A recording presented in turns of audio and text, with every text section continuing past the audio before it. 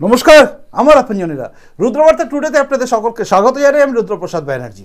আজকে আমি যে বিষয় নিয়ে আলোচনা করতে বসেছি সেই বিষয়টা কিন্তু আপনাকে জানি প্রথমেই ভাবাচ্ছে যে এটা হতে পারে, এটা কি সম্ভব, এটা তো অসম্ভব। কিন্তু মনে রাখবেন, রুদ্রবার্তা টুডে বা রুদ্রবার্তা বা রুদ্রপ্রসাদ ব্যানার্জি, আমি যে কথাগুলো বলি সেগুলো কিন্তু অনেক ভেবে বলি। রাজনীতির পরিস্থিতি কি হচ্ছে না হচ্ছে তার দিকে যদি আপনি নজর রাখেন তাহলে বুঝতে পারবেন যে আগামী দিনে কি হতে চলেছে। দেখুন, আমি যে প্রসঙ্গটা নিয়ে এসেছি যে সেটা হচ্ছে কুণাল ঘোষকে এবার বিজেপির মুখপাত্র হবেন।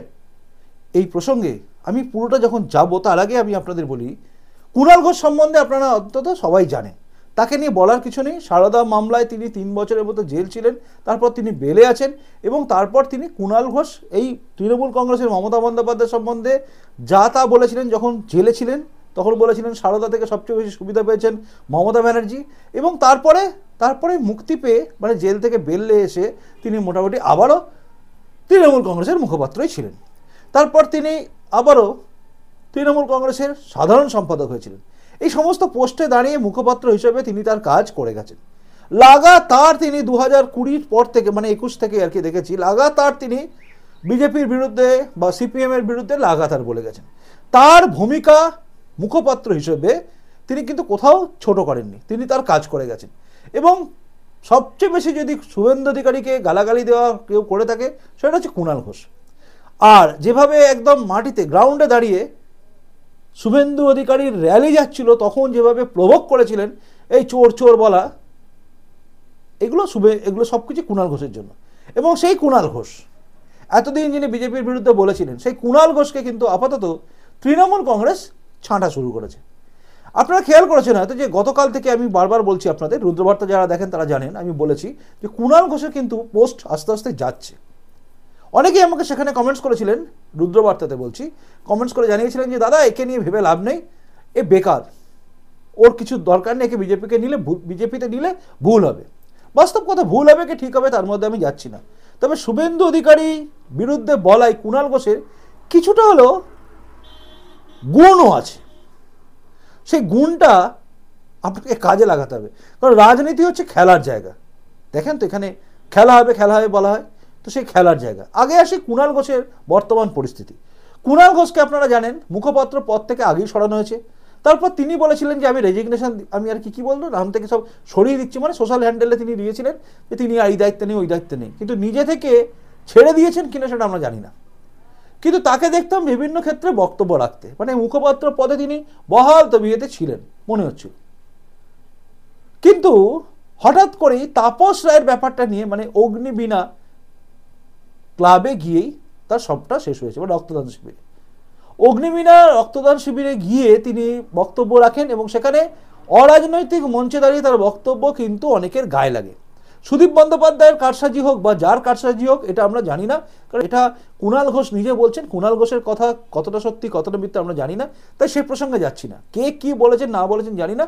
তবে আমরা দেখলাম ডেরেক ওব্রায়ান তিনি কিন্তু একটা নোটিশ পাঠিয়ে দিয়েছেন এবং সেই নোটিশটা আমরা সমস্ত জায়গায় দেখলাম, মানে প্রেসে চলে এসছে। কুণাল ঘোষ বলছেন তিনি পাননি, তাকে জেনারেল সেক্রেটারি পদ থেকে সরিয়ে দেওয়া হয়েছে, অর্থাৎ তাকে সরিয়ে দেওয়া হয়েছে।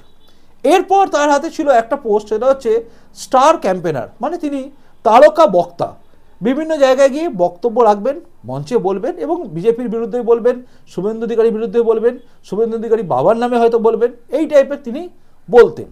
তো সেই পদটা যেটা ছিল সেই পদটা থেকেও তাকে সরিয়ে দেওয়া হয়েছে, মানে আপাতত আর তিনি কোনো পদেও নেই। আজ তিনি ঝরঝর করে কেঁদে ফেলেছেন, তার কারণ তাকে ঘিরে সবাই বলেছেন কুণালদা আমরা আপনার পাশে আছি। কুণাল ঘোষ কিন্তু এরপরে অনেক বক্তব্য রেখেছেন। তিনি তার আগে এবিপি আনন্দে বক্তব্য রেখেছেন, তার সেই বক্তব্য মানে তার সেই সাক্ষাৎকার, সেখানে তিনি অনেক কথাই বলেছেন এবং যে কথাগুলো ছিল যে তিনি যে কাজগুলো করেছেন সেগুলো ঠিক কি ভুল সেটা পর্যালোচনা করার জন্য তিনি দেবের প্রসঙ্গ তুলে এনেছেন, যে দেব যেভাবে মিঠুন চক্রবর্তীকে মমতা বন্দ্যোপাধ্যায় গদ্দার বলেছে, কিন্তু সেই শব্দটাকে দেব মেনে নেয়নি। দেব বলেছে আমি এটা সমর্থন করি না। দেখুন, আমি কুণাল ঘোষ প্রসঙ্গে যাওয়ার আগে দেব সম্বন্ধে বলে দিই। দেব যে রাজনীতিটা তৈরি করার চেষ্টা করছে বাংলার বুকে, সেই রাজনীতিটা হলে কিন্তু রাজনীতির জগৎটা চেঞ্জ হয়ে যাবে। কিন্তু দেব যে জায়গায় দাঁড়িয়ে বলছেন সেই জায়গায় দাঁড়িয়ে এই দেবের কথাগুলো হারিয়ে যাবে। তার কারণ যে দলের নেত্রী একদম মালকিন মাথার ওপর যিনি বসে আছেন, তিনি যখন তুইতুকারি করেন প্রধানমন্ত্রীর বিরুদ্ধে, তিনি যখন বিরোধী দলনেতাকে গদ্দার গদ্দার বলেন, আর তার ভাইপো সেকেন্ড ইন কমান্ড তিনি যখন সভা করে বলেন ডাক্তার বাপকে, এইসব যখন বলেন, তখন দেবের এই যে বলা, এটা সিনেমার ডায়লগ, সিনেমাতে মানায়, ওই দলে মানে তৃণমূলে বসে এইসব কিছু মানায় না। আবার ফিরে আসি আসল কথায়, কুণাল ঘোষ যে কথাগুলো বলছেন, কুণাল ঘোষের কথা যদি আপনি খেয়াল করেন, কুণাল ঘোষ কিন্তু এখন অনেকগুলো জায়গা খুলছেন। তার মধ্যে একটা জায়গা তিনি বলেছেন শুভেন্দু অধিকারী মানে বিরোধী দলনেতা যেভাবে চারিদিকে খেটে খেটে করছেন সেটা তিনি প্রশংসা করেছেন। আর এটাই বাস্তব সত্যি যে শুভেন্দু অধিকারী প্রশংসা না করে কেউ থাকতে পারবে না, শুধুমাত্র মমতা বন্দ্যোপাধ্যায় ছাড়া বাকি সবাই প্রশংসা করবে। ও হ্যাঁ, অভিষেক ব্যানার্জি প্রশংসা করবে না, কারণ তারা দুজন করবে না, কারণ তাদের চোখের বালি হচ্ছেন শুভেন্দু অধিকারী। বাকি সবাই বলবে যে শুভেন্দু অধিকারী যে কাজ করছে বা যেভাবে খাটছে, যেভাবে লড়াই লড়ছে, এটাকেই বলা হয় বিরোধী দলনেতার ভূমিকা। এর আগে সিপিএম ছিল, বিরোধী দলনেতা ছিলেন, কংগ্রেস ছিল, এরা কেউই কার্যত কিছু করেনি, এরা সবাই সেটিং অপোজিশন ছিল। কিন্তু শুভেন্দু অধিকারী সেটিং অপোজিশন নন, তিনি কিন্তু লড়াই লড়ছেন এবং তৃণমূলকে উৎখাত করার জন্য লাগাতার পরিশ্রম করে যাচ্ছেন। উল্টো দিকে দাঁড়িয়ে কুণাল ঘোষ যখন তৃণমূল কংগ্রেসের প্রবক্তা মানে মুখপাত্র, তিনি যখন বক্তব্য রাখেন, তিনি কিন্তু কাউন্টার করেন সবসময় শুভেন্দু অধিকারীকে, এবং তার বক্তব্য চোর বলা, এই বলা, সেই বলা, নানা রকমভাবে মানে বিচ্ছিরিভাবে বলা, এই বিচ্ছিরিভাবে বলে তিনি মোটামুটি শত্রুতার দিকে নিয়ে চলে যান। তার বলাটা এমন জায়গায় থাকে ব্যক্তিগত শত্রুতা যেন চলে আসার মতো। তবু তিনি শেষ পর্যন্ত বলেছেন যে আমি যেখানে আছি সেখান থেকে মানে আমি লড়াইটা এক্সট্রিম পয়েন্টে নিয়ে গেছি, আমি কাউকে ভয় পাই না। বাস্তব তাই, তার বক্তব্যে দেখেছি তার মধ্যে কিন্তু ভয়ের ব্যাপারটা নেই। অনেক কিছু তো আমি বললাম, এবার আসি আসল কথায়। কুণাল ঘোষের যে বর্তমান অবস্থা আছে না, তাতে কুণাল ঘোষ বলছেন আমি একজন তৃণমূলের সৈনিক। দেখুন, কুণাল ঘোষ নিজেকে সৈনিক ভাবুন বা না ভাবুন, কুণাল ঘোষের পাশে কিন্তু আর দল দাঁড়াচ্ছে না, অর্থাৎ তৃণমূল কংগ্রেস কিন্তু পাশে নেই। কুণাল ঘোষ নিজেও সব কিছুর পেছনে মমতা বন্দ্যোপাধ্যায় এবং অভিষেক বন্দ্যোপাধ্যায়ের হাত তো আছেই, তারা জানেন সব কিছু, তারপরেই কুণাল ঘোষকে এইরকম ব্যবস্থা করা হচ্ছে। তাই কুণাল ঘোষের কাছে কিন্তু আর কোনো অপশান খোলা নেই। দেখুন, আমি কিন্তু আপনাদের অনেক আগে বলেছিলাম, যখন আমি বলেছিলাম শুভেন্দু অধিকারীর ব্যাপারে যে শুভেন্দু অধিকারী বিজেপিতে আসবেই, আমি বলেছিলাম কৌস্তব বাগচির কাছে কোনো অপশান খোলা নেই, তাকে বিজেপিতে আসতেই হবে, কারণ তিনি যে লড়াইটা চেয়েছেন মমতা বন্দ্যোপাধ্যায়কে উৎখাত করতে, কংগ্রেসে থেকে হবে না।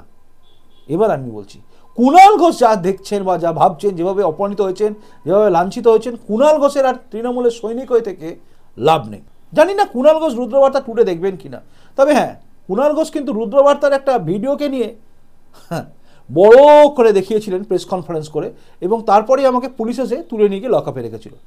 তো যাই হোক, সেই কুণাল ঘোষ যদি আজকের এই প্রতিবেদনটা দেখেন, আপনার কাছে আমার কিছু বলা বক্তব্য।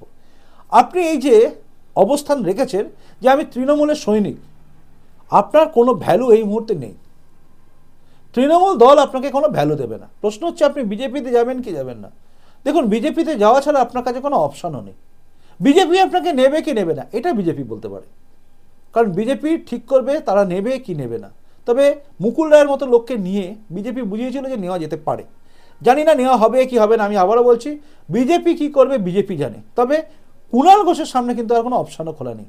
কুণাল ঘোষকে এখন যদি রাজনীতির ময়দান ছেড়ে যেতে হয়, তিনি যদি এখন নির্ভেজাল চুপচাপ হয়ে যান সৈনিক হিসেবে, জানবেন আপনি ওনার কপালে কিন্তু দুঃখ আছে।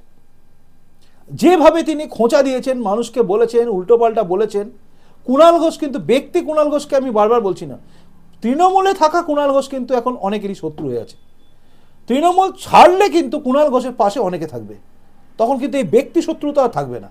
তাই কুণাল ঘোষের সামনে অপশানও খোলা নেই। আর কুণাল ঘোষের সামনে অপশান কী করে খোলা থাকবে?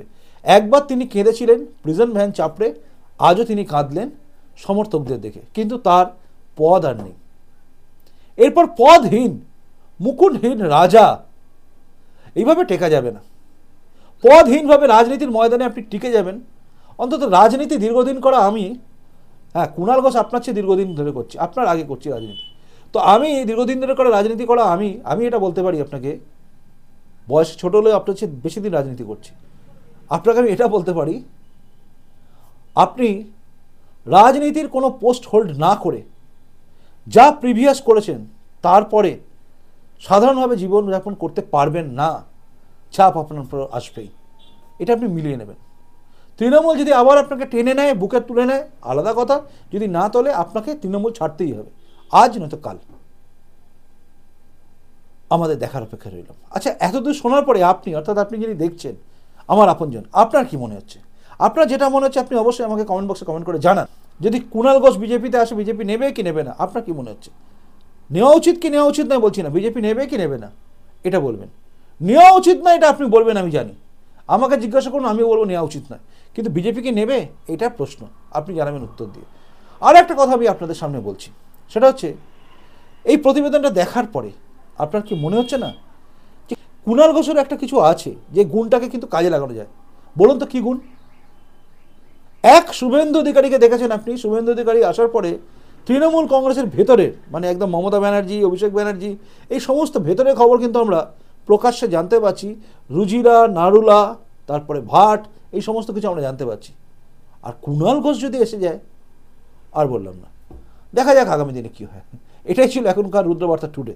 প্রতিবেদনটা ভালো লাগলে লাইক করবেন, যদি মানে শেয়ারযোগ্য শেয়ার করবেন, আর যদি নতুন এসে থাকেন এই চ্যানেলটা সাবস্ক্রাইব করে আমার আপন জানাবে, এবং সাথে সাথে অন্যকে বলবেন চ্যানেলটা সাবস্ক্রাইব করার জন্য। খুব ভালো থাকুন, দেখা হবে আগামীকাল রুদ্রবার্তা টুডেতে।